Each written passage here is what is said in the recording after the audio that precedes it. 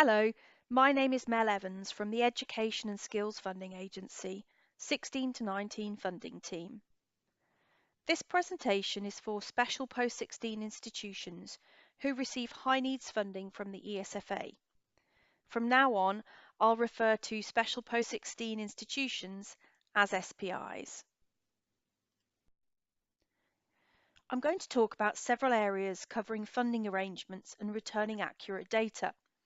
So firstly, I will explain current funding arrangements and an upcoming consultation, and then I'll explain why returning accurate individualised learner record data, so that's ILR data for short, is important and how it affects your funding.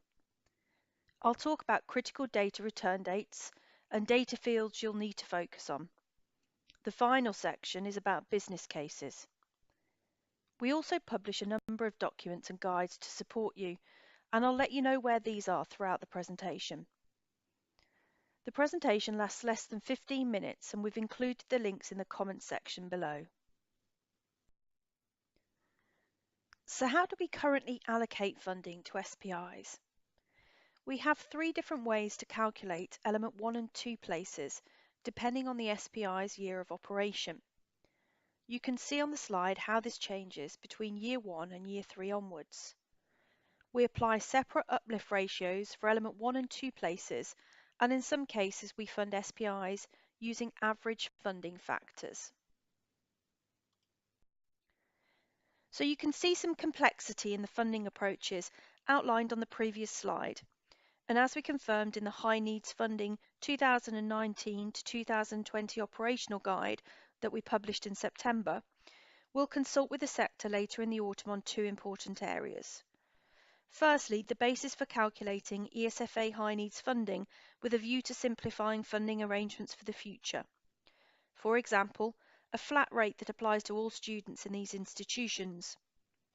Then secondly, the methodology for funding new and growing SPIs in 2019 to 2020, particularly SPIs in the first and second year of operation. So please look out for further information on this. Feedback from the sector is important to us and helps shape the way that we calculate and allocate your funding. So moving on to data, specifically returning accurate ILR data. Accurate data returns are critical and they affect your institution under the current funding arrangements and will continue to be critical even if we simplify them. We need accurate and timely data submissions for several reasons. Firstly, we need these returns to calculate timely and accurate funding allocations for the next academic year to SPIs by the end of March 2019. Inaccurate data may lead to delays in issuing your allocation, which in turn will affect our ability to issue your funding agreement on time and ultimately your payments on time. We need to be assured that in-year delivery is taking place in line with the terms of your funding agreement, so we don't need to recover funds from you and to confirm any exceptional in-year growth awards. Importantly, with the introduction of the High Needs National Funding Formula, we now use your data to calculate accurate allocations of high needs funding for local authorities. This formula takes account of the places local authorities have commissioned in SPIs through the import-export adjustment. We share institution level data with local authorities, including the data returned by SPIs through the ILR, so they can check the accuracy of these adjustments. Local authorities may contact your institution if this data does not reflect their understanding of the places they have commissioned with you. So I've talked about why you need to return accurate data, but it's equally important that you return the data on time. Several data returns throughout the year are critical.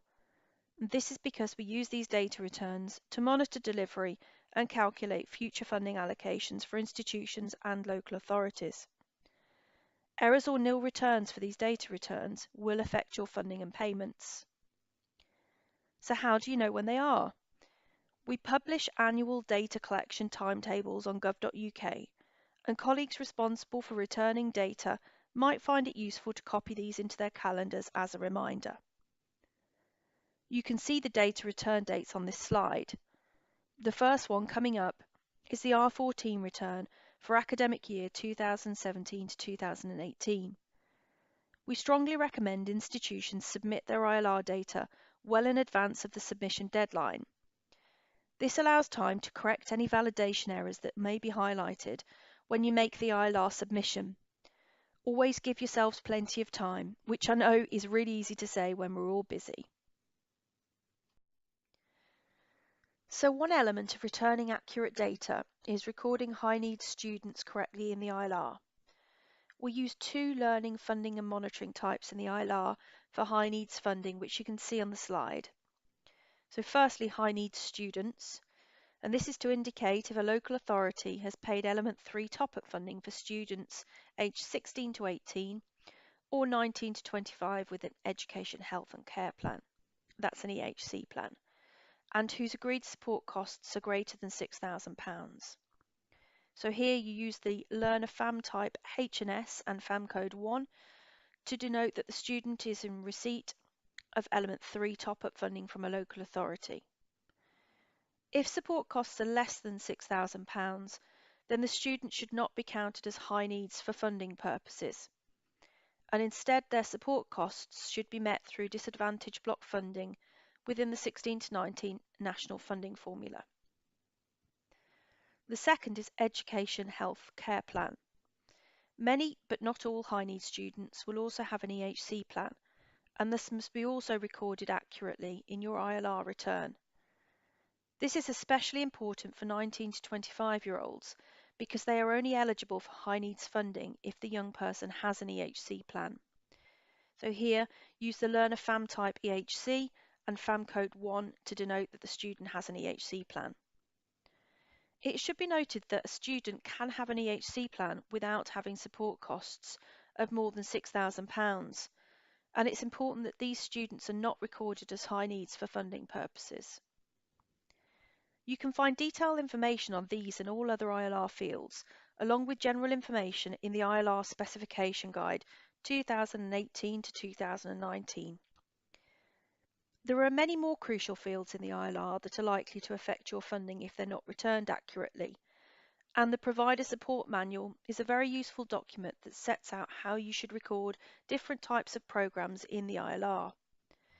If you're not familiar with the ILR, this is an essential guide to read before you make an ILR submission. This document should be used together with the ILR specification I've already talked about. So we've been clear that we need accurate and timely data submissions. So how do you do this? Firstly, you need to create an Information Management Services account. That's an IDAMS account with the correct permissions.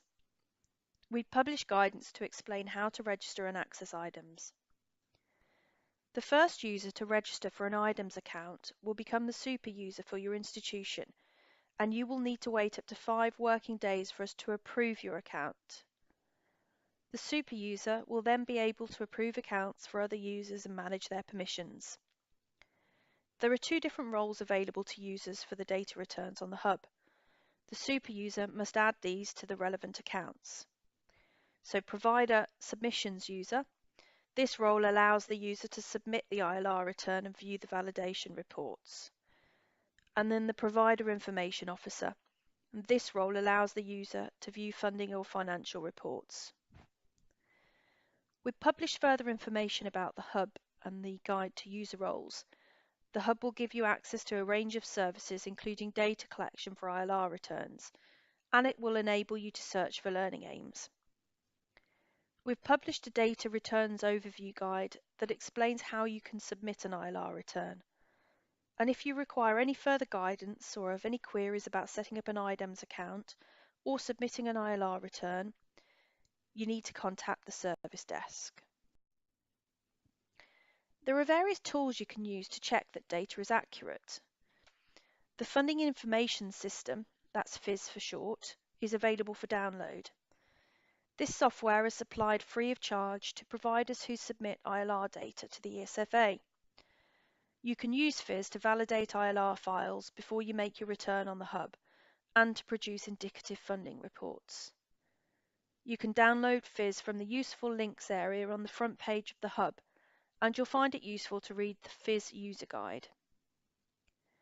Please ensure that you use the Rule Violation Report in FIS or the hub to identify errors in your ILR return and resolve these issues before making your final submission for each return. Bear in mind that any records generating an error in ILR validation will not be transmitted to the ESFA, meaning elements of your data will be missing from the data we use to calculate your funding. There's also an ILR learner entry tool available for download. This software is supplied free of charge to providers who submit ILR data but don't have access to a data management system capable of returning an ILR. You can download the ILR Learner Entry tool from the Useful Links area on the front page of the Hub, and again you'll find it useful to read the user guide for 2017 to 2018. We confirm each year the deadline for submitting business cases about the allocation we have given you for the following academic year. This year the deadline was the 27th of April 2018. It's set to allow SPIs and other institutions time to review their allocation statements. We accept business cases where there's been significant error in the data returned by the institution, and we publish standard minimum thresholds to decide which cases we process. Taking the time to get your data accurate and your returns in on time should mean that you are less likely to need to submit a business case, saving you time. It's important to note that the business case window does not represent an opportunity for SPIs to make cases for growth. Growth is normally funded on a lagged basis, and this is to ensure transparency of approach, to reduce bureaucracy, and to provide stability for providers to plan and manage their provision. Thank you for watching. I hope that you've gathered information and resources to support you or your colleagues. If you have questions after looking at the resources in this presentation and our supporting self-service materials on gov.uk, there are two places you can contact. Firstly, the service desk, and this is for queries about ILR returns or IDAMS accounts. And then there's the ESFA inquiry form, and this is for queries about high needs funding and market entry.